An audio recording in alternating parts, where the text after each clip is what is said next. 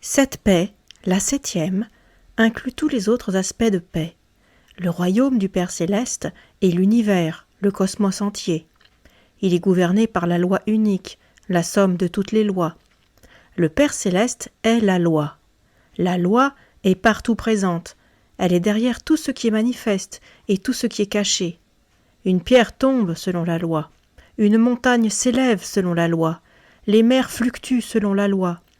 C'est conformément à la loi que le système solaire est né, évolue et disparaît. Les idées, les sensations, les intuitions vont et viennent dans la conscience de l'homme, conformément à la loi. Tout ce qui est concret ou abstrait, matériel ou immatériel, visible ou invisible, est gouverné par la loi unique. La loi n'a pas plus de forme qu'une équation mathématique n'a de forme. Pourtant, elle contient toute la connaissance, l'amour, toute la puissance. Elle manifeste éternellement toute la vérité et toute la réalité. Elle est le maître et l'ami de l'homme. Elle est ce qui lui montre tout ce qu'il doit faire, tout ce qu'il doit savoir, tout ce qu'il doit être pour évoluer vers ce qu'il devra être un jour. La loi guide l'homme vers la solution de chaque problème. Elle l'aide à surmonter chaque obstacle en lui donnant toujours la solution parfaite. La paix avec la loi signifie la paix et l'harmonie avec l'océan cosmique de toutes les forces cosmiques présentes dans l'univers. C'est à travers cette paix que l'homme entre en contact avec tous les courants et tous les rayonnements supérieurs de toutes les planètes présentes dans l'espace cosmique. C'est à travers elle qu'il devient capable de prétendre à la réalisation de son unité, et avec toutes les forces présentes dans l'univers, celles présentes sur la Terre et celles présentes sur toutes les autres planètes du système solaire, et sur celles de tous les systèmes galactiques. C'est par cette paix qu'il peut s'unir aux valeurs les plus élevées de l'univers. C'est cette paix qui éveille l'intuition intérieure des mystiques et des prophètes. C'est par cette paix que l'homme entre en contact avec son Créateur. Cette paix accomplit l'évolution de l'homme. Elle lui apporte le bonheur total. C'est son objectif final. L'homme est une partie de la totalité de l'univers. Il forme une unité non séparée du tout. Il se pense indépendamment de l'univers parce qu'il a pris conscience de lui-même en tant qu'individu. Il est devenu conscient de lui-même et s'est centré sur lui-même, mais cela n'a rien à voir avec l'égocentrisme lié à l'instinct de conservation. Ce sentiment de séparation provoque la prise de conscience par l'homme d'un manque, d'une limitation. En pensée, il s'est mis à l'écart de l'abondance de l'univers, il s'est fermé à la source de toutes les ressources. Or, ces ressources sont matérielles et immatérielles. Elles satisfont les besoins tangibles, visibles de la vie quotidienne. Elles fournissent les ressources universelles en termes d'énergie, de vitalité et de puissance, dont la plus importante reste l'amour.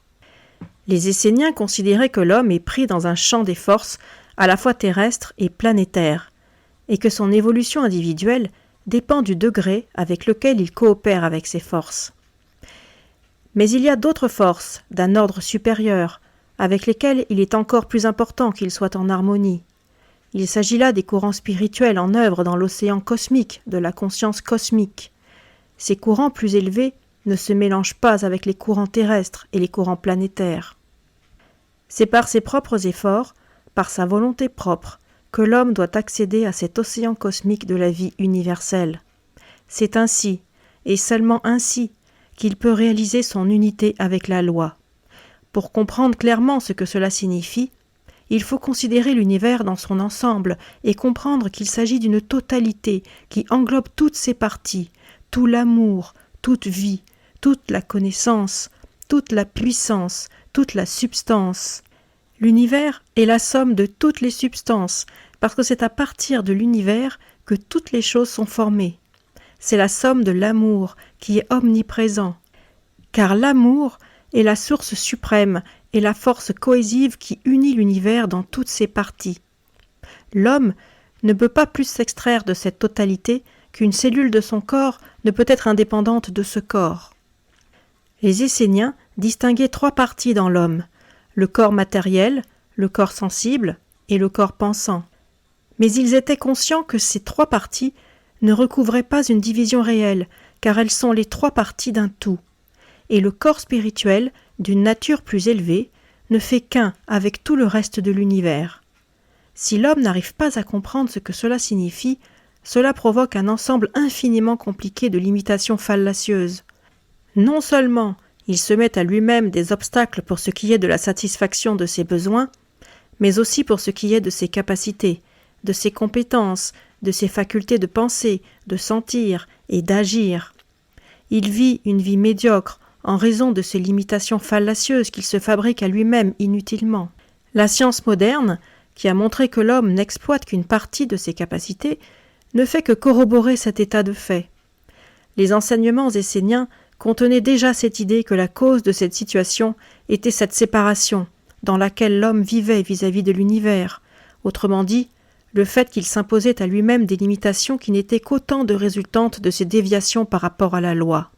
La paix avec le royaume du Père céleste n'est donc possible que dans la mesure où l'homme élimine ses déviations et apprend à coopérer avec la loi et établit la paix et l'harmonie avec chacun des aspects de la paix aux 7 chemins, avec les corps agissants, pensants et sensibles, avec la famille, l'humanité, la culture et la nature. Ce n'est qu'ainsi qu'il peut connaître la 7e paix, la paix totale. Les Esséniens prêchaient cette paix aux hommes afin qu'ils puissent surmonter toutes les limitations et entrer en contact avec leur source universelle, la même source à laquelle les grands maîtres, tout au long de l'histoire, ont uni leur conscience en délivrant leurs messages intuitifs, en montrant aux hommes comment devenir conscients de la loi, comment comprendre, comment travailler avec elle et comment la manifester dans l'action. L'histoire entière de l'humanité est l'histoire des limitations que l'homme s'impose à lui-même et des efforts qu'il a fournis pour les surmonter. Ces efforts ont été le fait d'individus, de groupes, de nations, et cela même à un niveau planétaire. Mais ils ont presque toujours été fournis de manière négative, discordante, aboutissant à des conflits et à d'autres déviations par rapport à la loi. Et en conséquence, ces efforts ont fini par précipiter l'homme dans de nouvelles limitations, de nouvelles discordances et de nouvelles césures mentales d'avec la source. Le royaume du Père céleste est toujours ouvert à l'homme.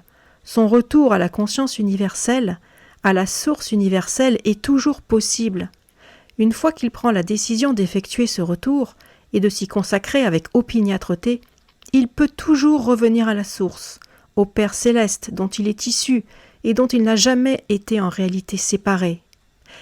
La grande paix des Esséniens enseigne à l'homme comment revenir en arrière, comment faire le dernier pas pour s'unir à l'océan cosmique dans lequel sont venus se fondre les rayonnements supérieurs de l'univers entier, et comment réaliser une union complète avec le Père céleste, avec la totalité de la loi unique. Tel était le but dernier des Esséniens, telle était la paix qui gouvernait chacune de leurs pensées, chacun de leurs sentiments et chacune de leurs actions. Tel est le but dernier que l'humanité entière un jour atteindra.